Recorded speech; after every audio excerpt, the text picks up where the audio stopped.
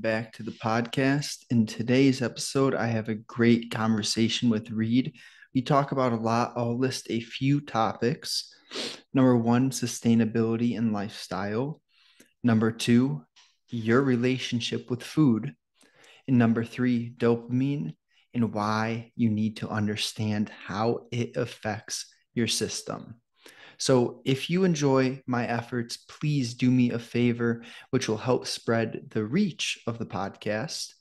Go to whatever platform you listen to podcast on and drop me a rating or review. On Apple, you scroll all the way to the bottom of the episodes and you can write an actual review. And on Spotify, you can give a star rating. Either is greatly appreciated. Thank you so much. If you're new, I do multiple types of episodes. Today's episode will be a guest interview, just like any other podcast you listen to. I speak to guests who are interesting to me and who I think can provide value with me in a conversation. And number two, just me ranting, doing a solo episode, speaking on a topic that I think will provide value to you. And number three, email me in your questions, topics, anything you want me to talk about to egliskiscapital@protonmail.com. Once I get some questions and topics from you guys, I'll bring them up in episodes and specifically speak on what you want to hear. So thank you so much. Enjoy the conversation. I'd love to hear just a rundown of how you got your passion really sparked Yeah, with this yeah. area. So yeah, so I guess my background now, like I'm a personal trainer. I own my own fitness business, and how I got into it, like most people, they are like get into fitness or become personal trainers or coaches, they grew up playing sports. So I played I was a three-season athlete through school, played sports in the summer, and that's where I sort of had my love for just being fit and healthy and loved the sports that I was playing. And then what changed for me to think about like how I can help other people and um, just go into that route of personal training. And I had injured myself. I actually had a couple different sort of events happen that were injuries or illnesses. I dislocated my tibia playing soccer. And so then I was out for a long time, couldn't play anymore, and had to sort of wrap my brain around that. And um, then I also, after that, I was probably 2 years after, I got really sick. And I was in and out of the hospital probably like 4 or 5 times in like a 2 to 3 week span of time. Um, and I had lost like 30 pounds. And I'm tall, I'm 6'4", I'm a lanky dude, but I'm not like big. I don't have a wide frame or anything. So I'm just like a bean. I'm just straight. And when I lost 30 pounds, like you could just see all the skeleton in my cheekbones, my rib, you could count all my rib cage. I'd lost so much weight, and I just needed to get healthy from just to get myself back from not being in that shape. And that's where fitness sort of came in for me. It's like, okay, I played sports. I did a lot of sports performance type background, and the illness is what the biggest change came. It's like, okay, now I need to like focus more on less performance and more health. And that's sort of the change that got me into personal training. Was like, okay, like I've had this background of an illness where I need to gain weight back to be healthy, and also getting over my previous injury. And I relate to clients that have those issues. So that's where I went into the fitness route to sort of just help people, because that's what I needed. I needed help, and I was like, there's going to be other people out there that need that help too. So I went that route and been doing it now for probably like 5 years. Um, and my way of training has changed.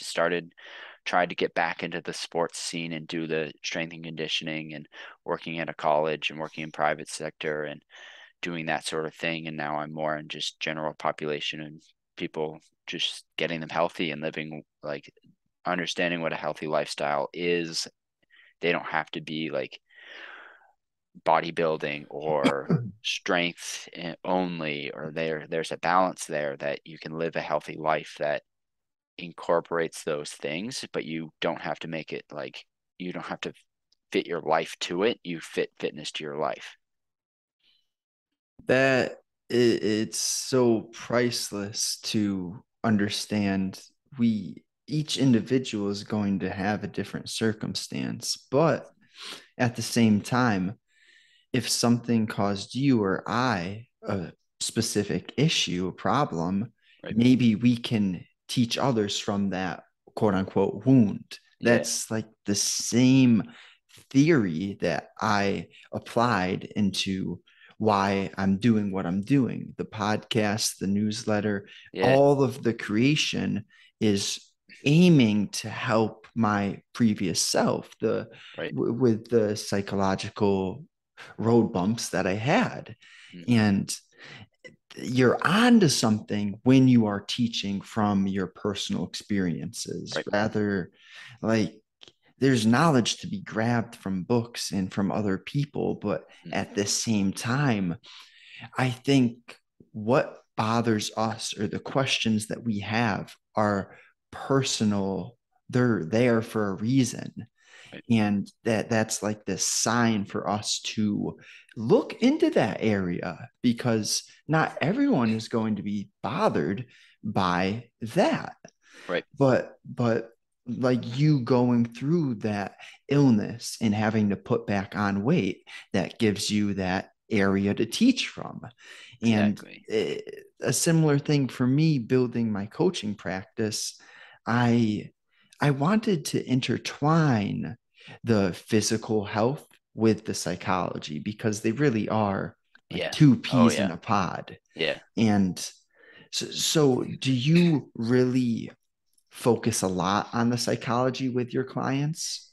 Yeah, I do. I focus a lot on habits, building behaviors, and um even with like nutrition, like there's a lot of fad diets out there. There are things that are super popular, like Whole30 was popular, intermittent fasting's all the rage now, and these are great tools, but they're just different psychological parameters that you put on yourself.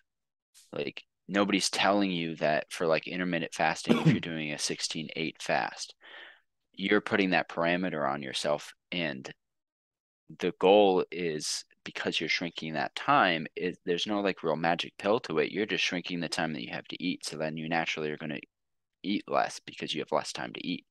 So you're just putting these psychological parameters around yourself to elicit a certain behavior or get a change.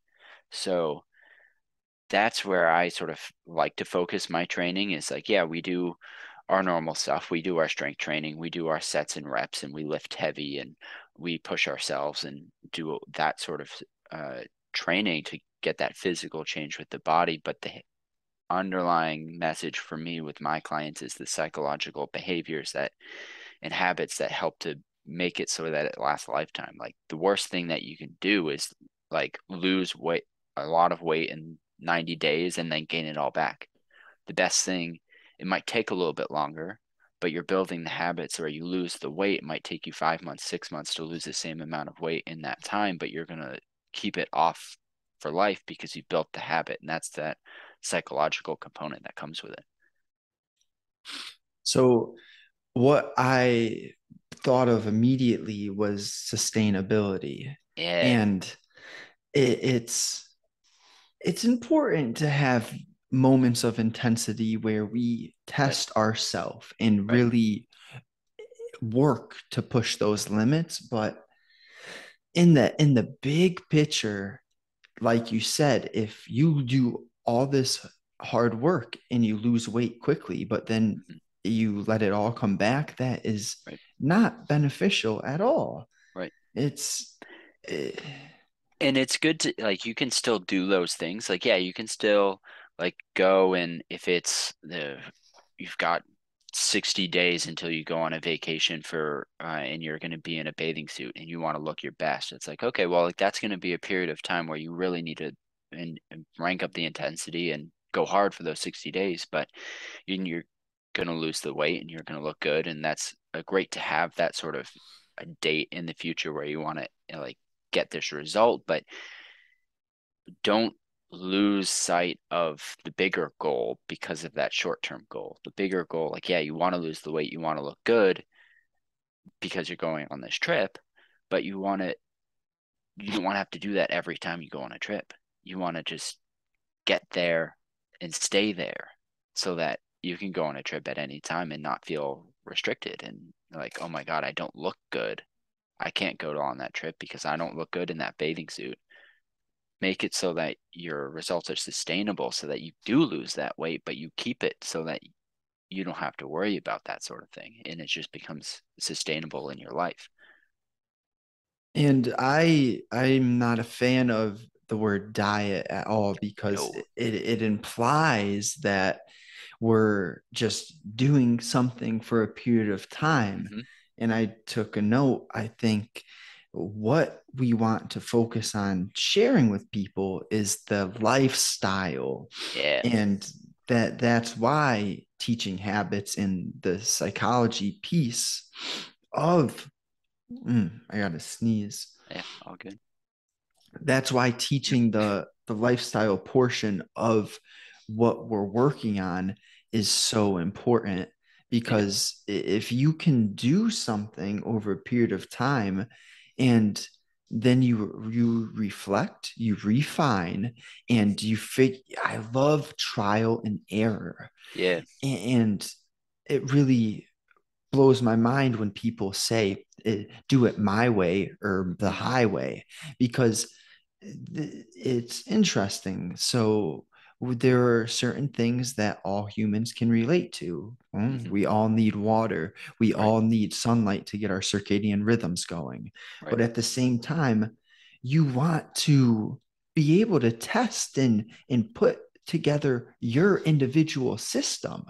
Right. Like me and you probably share so many principles or fundamentals Right. of our frameworks, but at the same time, I know there's certain small pieces Right. of the puzzle that we're doing differently. Right. So how do you take time to reflect upon what's working and what needs to be changed? Um, I'll talk about my clients first and then like what I do with my coaching, and then that sort of leads into what I do for myself. And so with my coaching, we always reflect on every like 4 to 6 weeks. We always look at um what's working, what's not. We assess based on certain things on what their goal is or XYZ measure that we're going for, and we reflect on that and having those checkpoints, which I think is helpful for them. It's helpful for me to like make sure that we're on the right path, but it's a good thing to look at in life. And that's where it like replicates is like how I look at my schedule is every month and first Monday of every month, I always do a recap. I have it marked in my calendar. It's about an hour and a half. And I just look back and be like, okay, I want to list 3 things that I did well, 3 things that I didn't do great, and then 3 things that I want to just continue to work on and develop that might take longer than 30 days. Um, so that's something where I reflect with myself, and I try to do it once a month. Sometimes I forget because I'm human and I forget things often. But it's just, you gotta, if you're going to be better and progress, and you have to reflect on what you've been doing, and if what you've been doing leads you to your goal, or if you're trying, like you just were talking about, your trial and error, if you're trying something new for the next month, like you have to check back in to see if it was working or something that you can sustain, or is it giving you the results that you're looking for. If it's not, then you need to cut it or adjust it.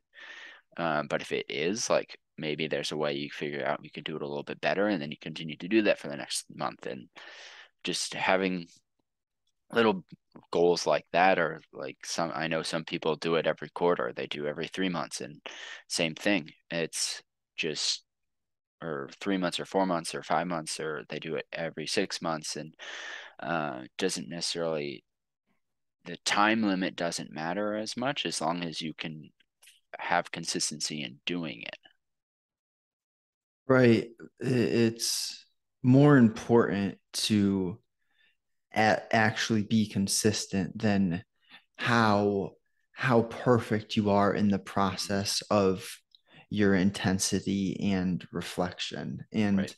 I like that you mentioned you're not perfect, and it's just important to share that when we're setting an example, putting out content, Hmm. everything that I put out is simply a reminder to myself. Yeah. And it's the gurus, the people who act as if their lives are really perfect and Hmm. they're only showing their materialistic highlights.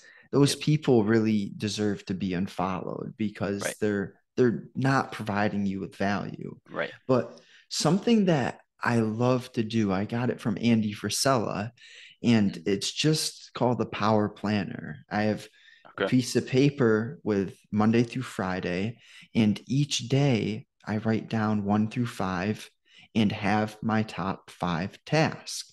I kind of make um, most of the week's Hmm. priorities on Right. Sunday night, Right. but it's just this act. If I don't take the time to plan my week to really get clear on what needs to be accomplished, the tasks, they will fade into the fog and I will forget them. Right. So it's one of the most underrated tools, I think, is the pen and paper. Oh yeah. Yeah. I forget things all the time. So I have like a notebook that I write everything down in, or like I have in my phone, I use my notepad in there, and I have to write everything down because if I don't, it's like out in 2 seconds. So it's just like grabbing the idea and like putting it physically, putting it down on paper. Just there's For me, I love it because it just takes whatever's in my brain and then like it stores it somewhere else. And there's like a physical version of it. And I, yeah, I need the pen and paper. It just to calm my mind and be able to make sure that I'm not crazy.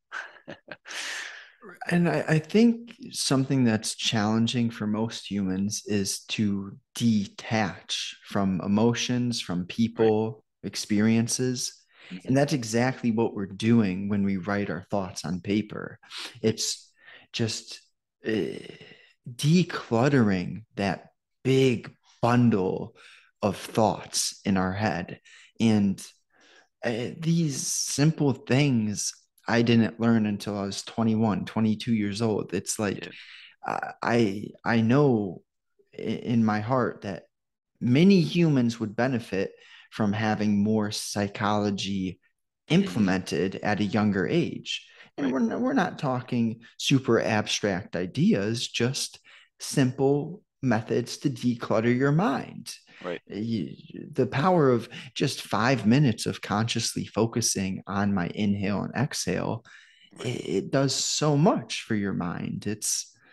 I, I cannot create a valid reason why psychology isn't more prioritized Right. in elementary schools. Like, what do you think about that? Yeah, I agree. And thinking like back, even what we've talked about earlier in this podcast is the habits that you build, behaviors that matter, and like how you, what I talk with my clients about, and one of the behaviors is their relationship with food. And that's, are they snacking? Are they emotionally eating or when they're stressed? And it's like, how do you go about handling those things? And I think I agree with you. Like if we can learn that, and like these are like I still learning all these things myself, and I'm like young to keep doing it. I mean, anybody at any age should be continuing to do these things, but learning it at an early age just gives you, in some ways, an advantage because you know more about yourself and you know what works for you, and that's all that like really should matter is if the behavior, the habit that you have is something that you can sustainably do. That's all that matters. It doesn't matter that like Johnny down the street does it differently, that works for him, great. But learning these things earlier, I think, is a huge benefit. And finding ways that don't work for you is just as important. And the psychology and the behaviors that go around it are important as well. So yeah, I think learning that as early as you can is going to set you up for success in anything. The idea of focusing, figuring out what doesn't work for you, Hmm. super important because it can be very difficult to figure out where we're going and what we Right. even want in life. Yeah. Like there are things I think I want, Hmm. a house, a relationship, a fancy car, but I've gotten to this point where I can almost anticipate that the the attainment of the object is not nearly as important as the journey Right. that who you have to become to get Hmm. to those goals. Yep. But it's hard because someone can tell you that and you'll still have to go and achieve the thing yourself to Right. really understand. Yep. And that's why I'm very focused on psychology and the fundamentals, the foundation to a good life, because I just it's so obvious to me that money is a tool, a great tool, and it's Hmm. so helpful, Right. but it's not going to solve your internal issues. Right. External things don't solve internal issues. Right. Yeah. One of the things that I I don't remember where I heard it, but um, it was recently, and I heard this, and it was talking about, don't, if you have these goals of like 5 years, 10 years, like long-term goals where you want to be successful, you want to do these things, and you think about, because I thought this way of like, okay, well, I want to get that thing, like let's work and get that thing, and I need to hit this milestone and this milestone, and I didn't break down not only the steps to get there, but the habits that I need to have to be able to be that person. And I think that's more important of the thing that I was told or like heard. I think it was a different podcast, but um, look at the person that you want to be in 5 years and have those goals and have what that success looks like. But it's what are the habits that got that person there? What are the habits that that person has? And those are the things you need to build. It's not like, yeah, getting better at these skills of sales or marketing if you want to make a lot of money, like those are important as well. But the habits that the successful people have are the ones that you should be working on, in some regards more important, because they're the ones that are building the discipline, the consistency, the doing it at any time of day, no matter what, and not caring about other people's opinions of it, and just working knowing that you're after this bigger thing. And these habits, one of the bigger ones that I think most successful people implement is working in a focused manner, Right. not reading 2 pages of a book and then picking up your phone. Right. If I'm going to read a book, I'm going to read for at least 50 minutes to Hmm. 75 minutes and maybe Right. 90 minutes. But success comes from you're a combination of your habits and your environment. And to be effective with your work, whatever it is, you want to work and optimize your energy. And I Hmm. think Jordan Peterson, he says that he can't concentrate for more than 3 hours. So Right. if one of the most intelligent people in the world can focus for 3 hours max, Yep. we should probably break down our bouts into like an hour to 90 minutes. Yeah. That's what I've heard works best. But Right.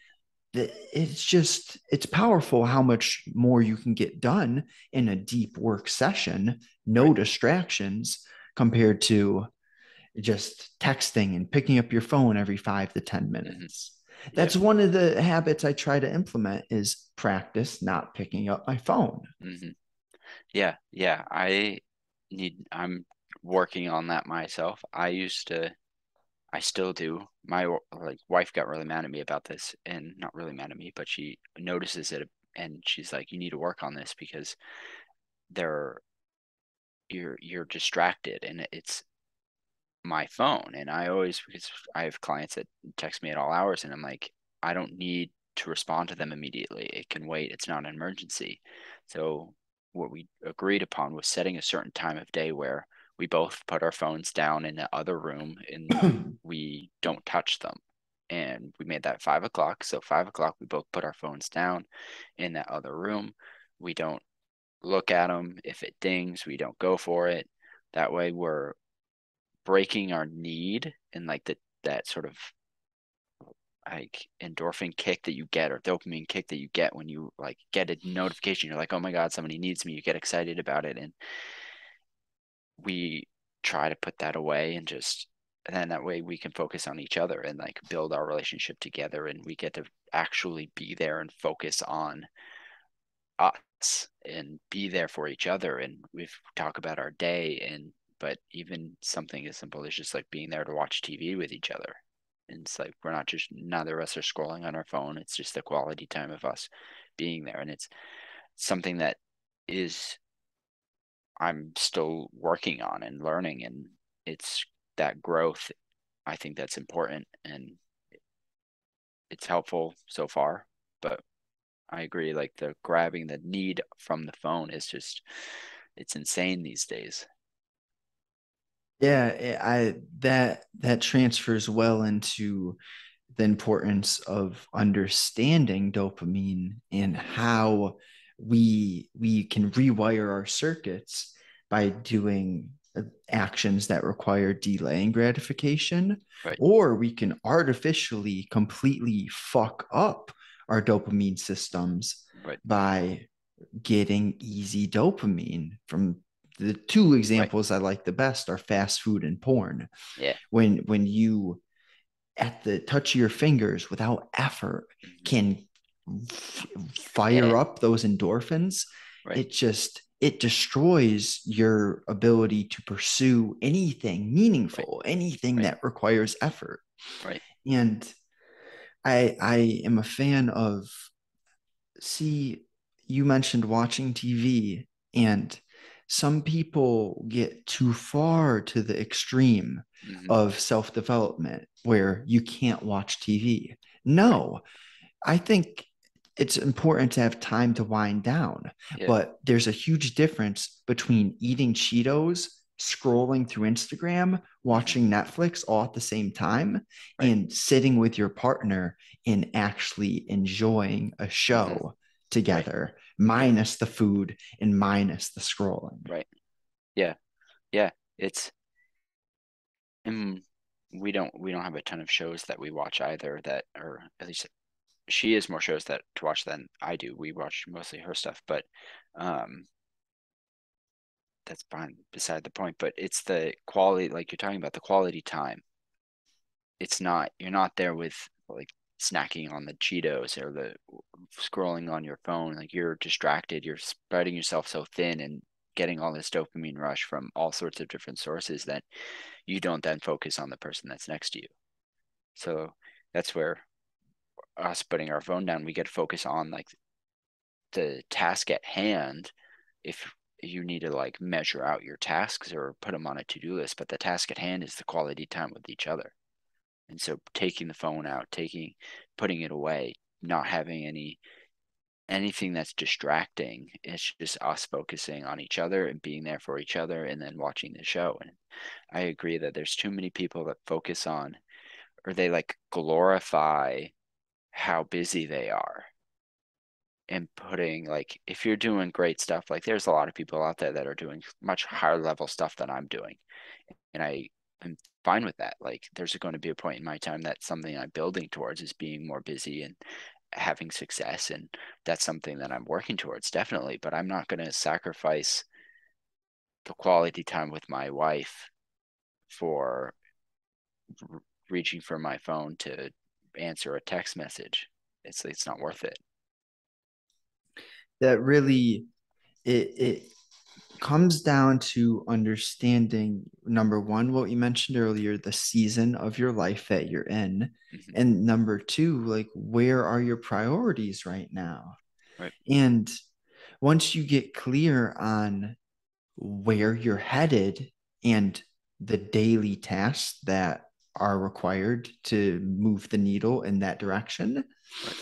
then it's kind of about what not to do, Right. what is sabotaging me. Right. And so what I realize, it's what people will say is when you tell them to stop watching porn, it's not hurting me. It's Right. that they don't see the deeper Hmm. consequences. And one of the things I've heard from Andrew Huberman is when you stack dopamine, that Hmm. is an act you want to stay away from. So if you have Cheetos, it's not nearly as bad as having Cheetos, scrolling through Instagram and watching porn Right. in like a 30-minute time frame, Right. because you just took in so much or created an abundance of dopamine. And Right. then when that, just like a sugar crash happens, you are actually falling below your baseline level Right. of dopamine. So you went up so fast artificially, but now you fall below the baseline, Right. and it feels like you have no, that's where laziness comes from, is stacking dopamine. Hmm.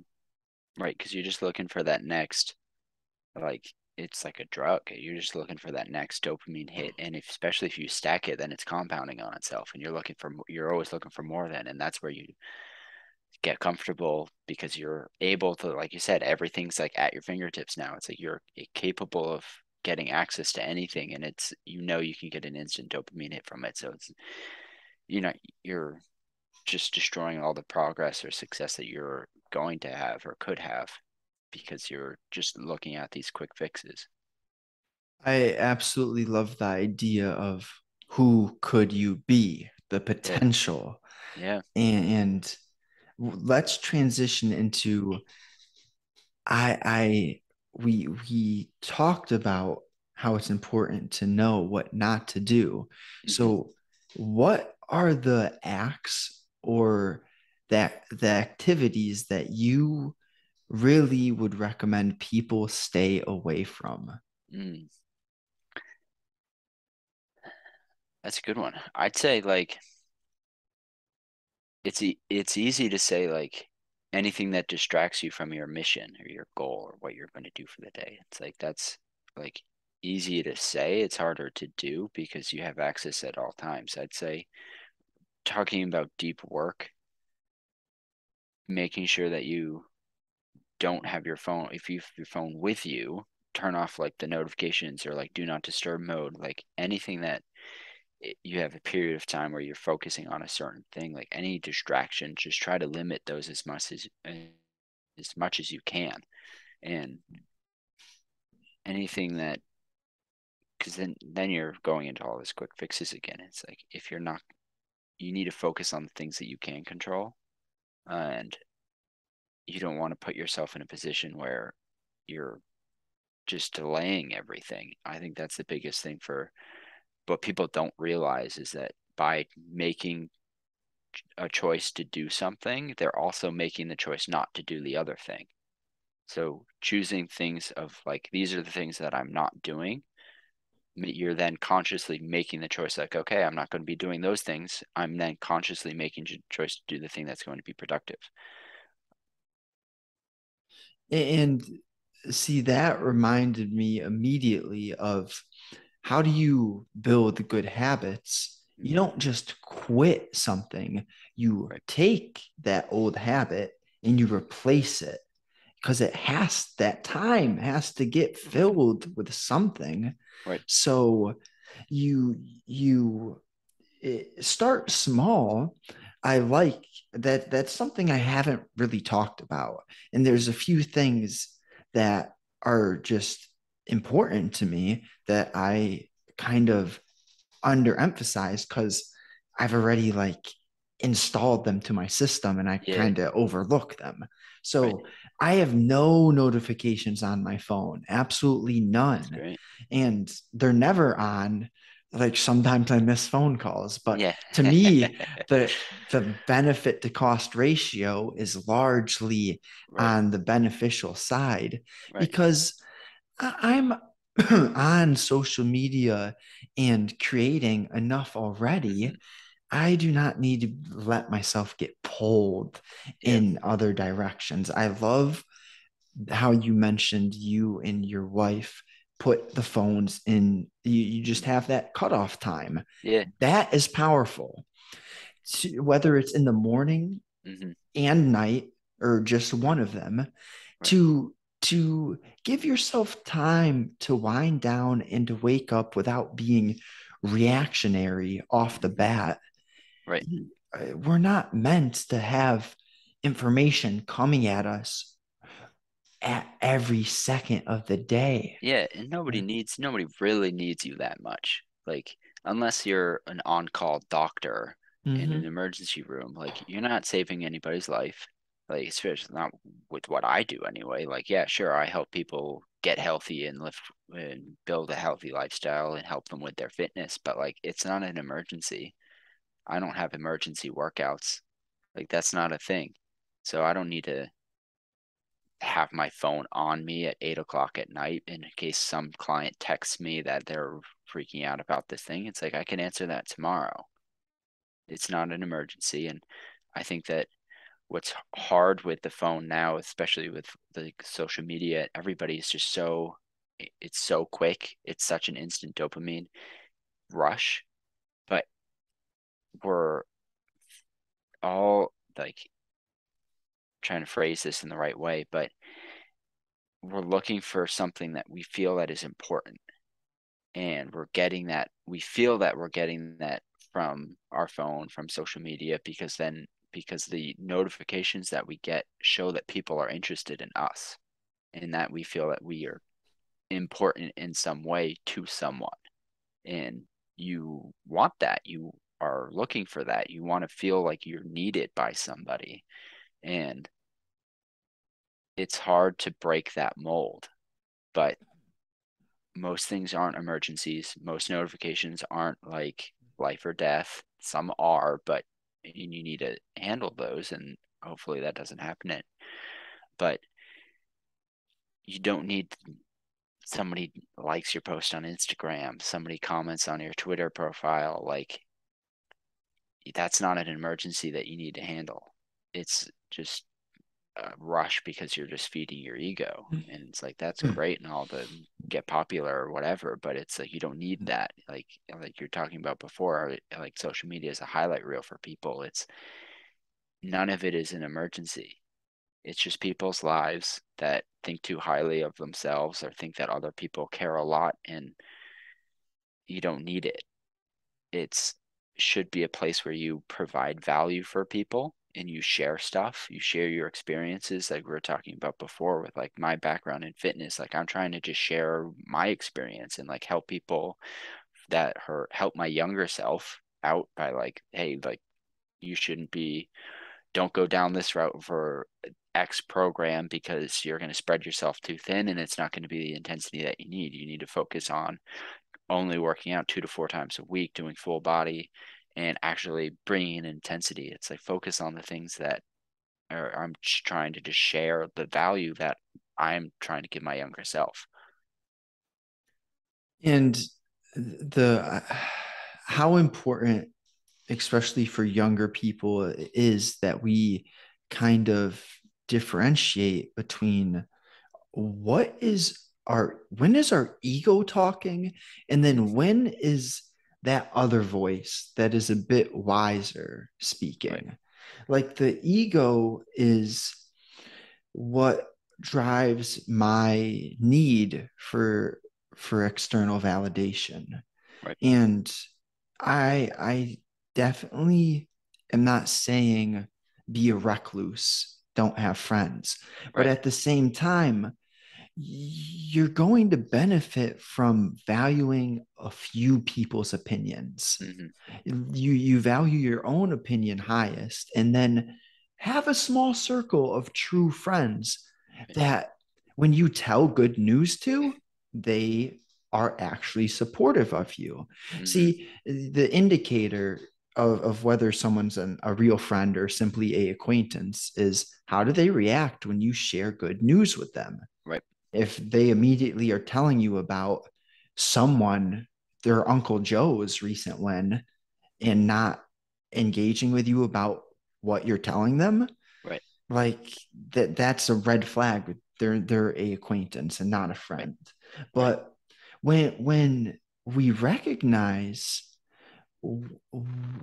when is our ego talking, you get Mm-hmm. aware of that voice. The ego is usually the one that self-sabotages, that wants instant gratification. Right. And one of the important things is to develop a mindfulness, a awareness of how you're feeling, why you're feeling that way.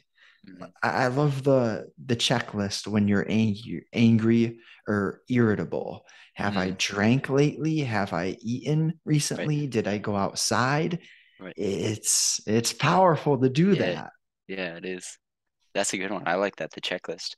Because yeah, like you need to every the most powerful thing that you could do is have emotional regulation.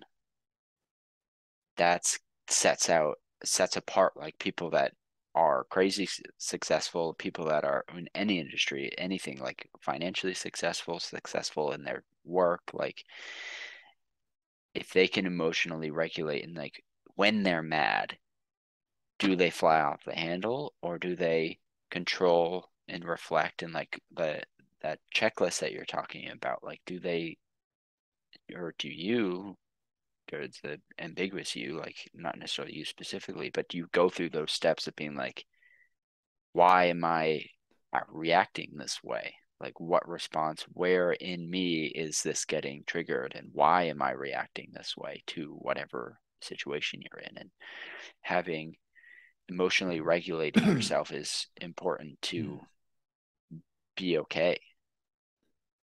Creating the habit of emotional Mm-hmm. regulation. It's like when I get angry, I used to do stupid things like punch a hole in the wall. Mm-hmm. That's an obvious sign of Right.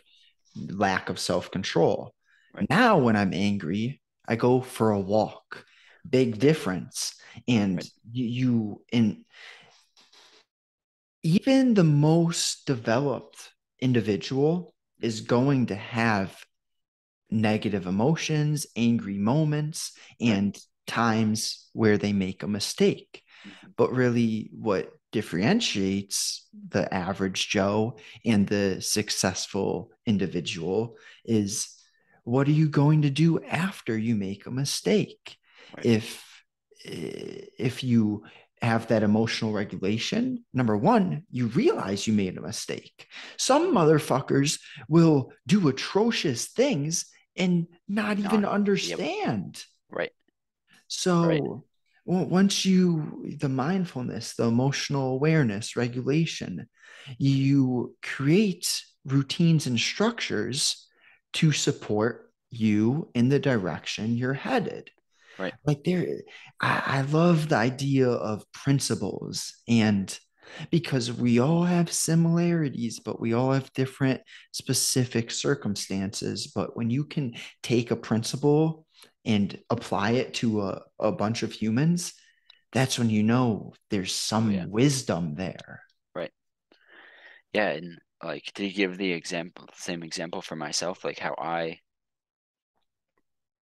if when I get upset, I don't like, I'm not very animated. I sort of stay even keeled like this. This is sort of my energy output. I don't get, when I get angry, I don't like fly off the handle or anything. I shut down. I come in and I like cut everybody off. And it's like, that's not healthy either. It's like that you need that to are like for myself, like I need to with my emotions like handle like why do I shut down? Why do I turn inward and just like cut everybody off instead of flying off the handle? I do the other extreme of like exiling myself. And I need to go on a walk, go like talk it out. That's probably the biggest thing. And is just talking it out and realizing, saying out loud, because I go the other way of keeping it in. I need to say out loud, like, why am I feeling this way? And like understanding, getting the root of the issue. And I I know that when you go to either extreme, for me, if I'm punching and getting really fiery, Mm-hmm. or I've felt that same way too, where I just stop. Yep. I want to be alone. And it's very powerful to realize you enjoy your own company and Right. you're in solitude, but there's a difference between Yes. completely exiling Right. yourself and kind of running from anyone and everyone versus, okay, I've had a lot of stimulus the past Mm-hmm. however long. I'm going to go for a solo hike. I'm going to read a book for an hour. Just to Right. to to be too far to either extreme is not good. If you're completely codependent on your partner, that's toxic. Right. But if you're such a recluse that you can't even have conversations with people, Yep. that's bad too. Right. We humans are meant to build a balance. Right. Yeah, you need that human interaction. And that's where, like, when I shut down and I go in and I just exile myself from a situation, and or like walking away is helpful in the moment, because then I don't like go to the opposite extreme. But you need to talk about why you're feeling this way. If you come inward, that's something that I'm learning and not always successful in, but learning to talk about why I'm feeling this certain way, because that's reaching out to others and expanding. Like you're talking, you don't need a big circle, but reaching out to those people that are in your inner circle, being like, hey, this is why I'm feeling this way, and like I need support. And it's this ability to ask the right questions, Mm, to investigate, like, where did this feeling come from? right. And often it's not simple. It could be something that happened like over 24, 48 hours ago. Right. And if you haven't identified the underlying impact of that situation, Mm-hmm. it could be rearing its head in all sorts of different ways, which does bring back circle to the point of understanding yourself and doing this sort of inner development to get clear on your triggers for certain activities, your Right. urges that you have when food is a big one, Mm. or Oh any yeah. bad habit.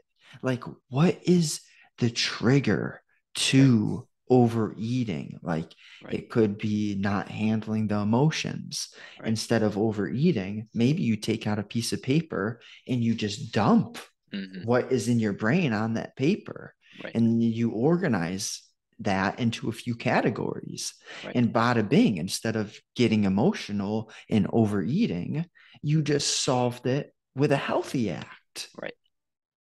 Right. Exactly. And when you're stressed like that, you often, people when they're stressed, they stress eat. And writing, like we were talking about earlier, bringing back that point of writing things down, writing down why you're stressed, what's happening, and that can help to just take that emotion and that feeling out of your brain, put it somewhere else, declutter, and then that way you're not, I'm stressed, I need to go eat something because I'm stressed, and that thing that you need some sort of release. And for often people, instead of writing things down to get the just declutter release, they go to food and they eat and they overeat and they eat crap because that makes them feel better. And that's where they get overweight. They start to gain unnecessary weight, and it's not healthy for them, and it's all linked to the stress and how they handle the stress. Right. And so the stress and the body, the you have your mind, you have your body. They're both so tightly correlated. And if you're not dealing with your psychological issues properly, it often turns into a physical addiction Right. in some sort of way, because if you're numbing, you're suppressing emotions, you're emotionally eating to distract yourself, that's not a physical issue. It's a psychological issue that Exactly. turns into a physical issue. Right. And then what do you know happens? Your mental has not been healed, but Right. now you have physical issues coming as well. And Right. that's why I'm obsessed with psychology, because you realize so much of life has to do with how we think. Hmm. And when you optimize, or you at least work to think in a better way, it's so beneficial. Like, I still have moments of doubt, but I used to have bad days and now I have bad moments. Right. Oh, That that's good too. I like that. that's it's powerful. Yeah. Yeah, and that's why we talk about with or like I talk with people, whether it's on my Twitter or on clients of mine. It's like, what's your relationship with food? That's the biggest thing. Because like everybody's like, oh, well, I eat. It's like, yeah, but that's it's deeper than that. It's like your emotional ties to it. Why are you eat? Why, when you get stressed or you get angry or you had a bad day at work because some person you had a, like you said, a small bad moment in your day, why are you then going and taking that moment and blowing it up, and now I'm eating like a whole box of Oreos? Like, why did this small moment in your day blow up to be now I'm eating Cheetos on the couch, scrolling on my phone and watching TV? And that's the root of the that you need to work on in the emotional regulation of in relationship you have with food, of like how you deal with that stress. That's why we talk about it. And something I didn't recognize until lately. So we all have different bodies, and I understand that. But so a few simple rules of thumb we Mm. can kind of leave off for the guest is: Yeah. number one, you really shouldn't be eating things that you can't pronounce the ingredients Mm. of. Oh yeah. So Yeah, if you there's a can't lot of junky pronounce shit in it, there. yeah. And if there's more than, I don't know, 10 ingredients, I'm Hmm. very much on the healthy extreme, but Hmm. I'm also I'm not perfect. I definitely do Oh have yeah. some junk food every once in a while, but Yeah. number one, it's like, if you can't pronounce it and if there's more than 10 ingredients, do not consume it. And then Hmm. number two is eat your body weight in protein. I did Mm. not understand how valuable that is, Oh yeah. because when you eat meals that are protein based, from my personal experience, it fills me up, and it fills Hmm. me up for a long period of time. Oh And yeah. it's not bloated full, it's just, Like um, satisfied full. exactly. You're Yeah. satisfied, and therefore, so you're going to build muscle because you're getting the right protein in your system, Right. but you're also going to be able to enact the calorie deficit Hmm. because you're eating high quality nutritional value, which keeps you full. Right. So it's a win-win. You're going to look better by building the muscle, and you'll also be able to stay lean because you're not constantly snacking. Right. And then if I'll add in one more piece, is kind of eat meals and not snacks. Yes. Because if you're gonna snack, it's It's just, always gonna be something bad. yeah, it escalates. It really Yeah. does. Right. So, do you have any um pieces of guidance, anything Yeah. super important to you that you would like to leave off with? Yeah, I love that's I call it the golden rule of nutrition, is the 1 gram of protein to 1 pound of body weight. And where people what's difficult with it is, especially if you're not eating the correct amount of protein, that then it seems like you have to make a huge jump in that can be hard because eating protein makes you feel full. And if you have to double your protein intake or sometimes even like triple your protein intake because you're not getting an appropriate amount of protein, that can feel like a lot of food and that's hard to eat. So don't try to go from 0 to 100. Go and make small changes, like add, if you need to spread it out by weeks, like try to go like week 1, add 20 grams across the week, to like to your what you eat daily. Then just keep stacking like that because then you're taking that bigger. If like say for me, I weighed in at 201 this morning, so I need to eat 200 grams of protein a day to maintain the body mass or gain body mass that I or to stay in my ideal weight.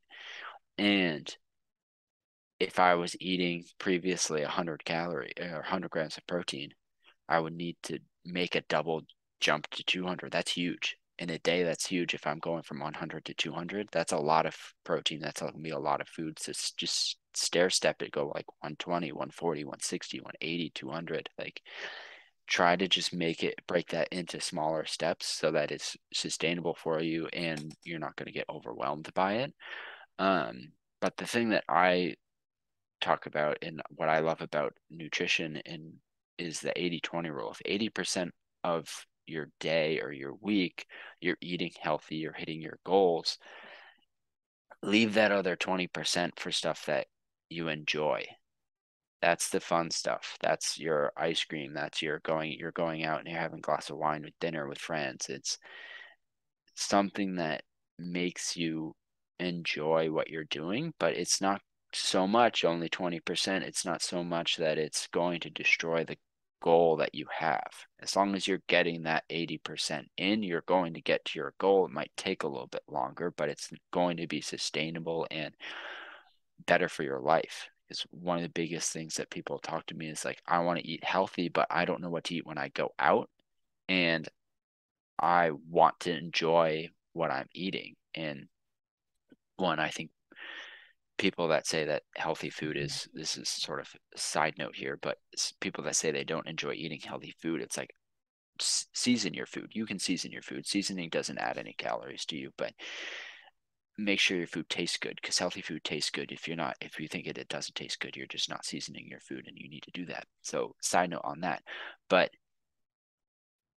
that way, if you're going with the 80% healthy, 20% just fun, that way it doesn't feel like you're dieting. It's something that you're building into your lifestyle. And that's something that I also say with my clients is that we don't diet and exercise, we eat and train. Dieting and exercising are finite, they have an end. Eating and training are goals that are you're working towards, and eating supports that. So make sure that you're eating in a way that's sustainable for your goals. So 80% of the time, if you're eating healthy, hitting your macros, hitting your calorie targets, 20% of the time, you get a little bit of fun in there. It's going to be a better change for you. You're going to get your results, but you're not going to feel like you're trapped. That sustainable aspect, it's really hit or miss. Mm-hmm. That's not the right phrase, but what I mean is if you don't have any flexibility, you don't have that 20%, you're going Right. to burn out. Yeah. So that's why I don't think we should be saints. We'll never be perfect, and Mm-hmm. that's okay. But Right. as long as you're Right. winning 75, 80% of the time, Right. you're going to get results. Oh, yeah. Thank you so much for speaking with me. Yeah. Thanks for having me. Of course, and if we want to send them anywhere, where should we send the guest or the Um, audience? Yeah, if you want to check me out on most of my stuff is on Twitter right now. Is my name Reid REID underscore capital H capital F. So that's my business is Hamilton Fitness. So that's the HF at the end. So Reid underscore HF at Twitter. That's where you can find me. Awesome. I appreciate you, man. I'm wishing you a great day. Yeah, you too. Thanks for having me.